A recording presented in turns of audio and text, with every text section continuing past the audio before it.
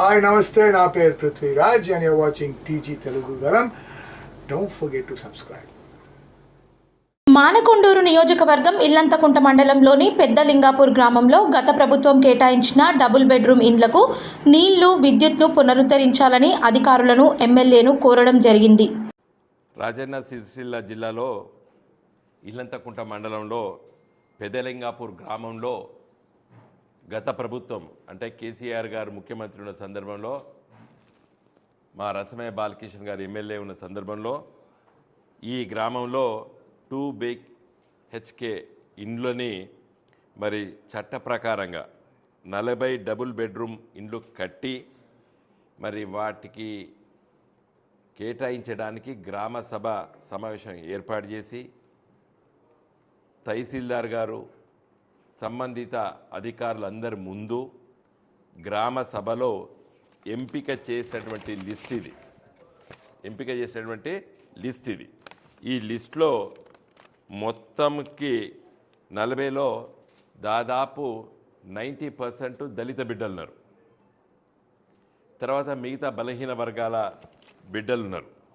వాళ్ళ లిస్టులో వాళ్ళ నేమ్ ఆఫ్ ది బెనిఫిషరీ, తండ్రి లేదా భర్త పేరు, కులము, ఏం పని చేస్తారంటే అంత లేబర్, వ్యవసాయ కూలీలు, తర్వాత వయసు అంతా కూడా పెళ్ళై 32, 35, 40, 42, 28 వయసు ఉన్న వాళ్ళు, వాళ్ళ Aadhaar card, ration card, income అంటే అందరు BPL ఇవన్నీ తీసుకొని కలెక్టర్ గారు ప్రొసీడింగ్స్ ఇవ్వడం జరిగింది. ఈ ప్రొసీడింగ్స్ పైన మరి వాళ్ళకి ఇండ్లు కేటాయించిన తర్వాత ఆ ఇండ్లలో వాళ్ళు నివసిస్తున్నారు. ఇప్పుడు అయితే ఎన్నికలు వచ్చినాయి, ఎన్నికల నోటిఫికేషన్ వచ్చేసింది.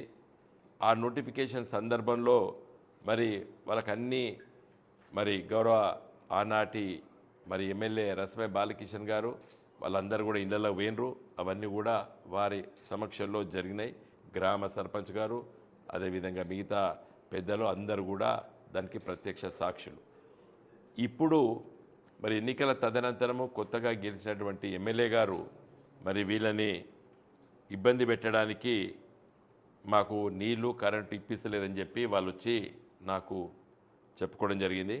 నేను గౌరవ శాసనసభ్యుల్ని, ఏది మన మానకొండూరు కొత్తగా ఎన్నికైనటువంటి శాసనసభ్యులు డాక్టర్ గారికి నేను రిక్వెస్ట్ చేస్తున్నాను, పేద వర్గాల కోసం ఈ ఇండ్లు కట్టించబడ్డాయి. ఇప్పుడు మీ ప్రభుత్వం వచ్చింది, మీకు 5 సంవత్సరాల సమయం ఉన్నది, 5 నెలలు కూడా కాలేదు. మరి ఇండ్లు కేటాయించిన వాళ్ళని అలాంటి ఇబ్బందులు అధికారులు పెడుతున్నట్టు వారు చెప్పారు.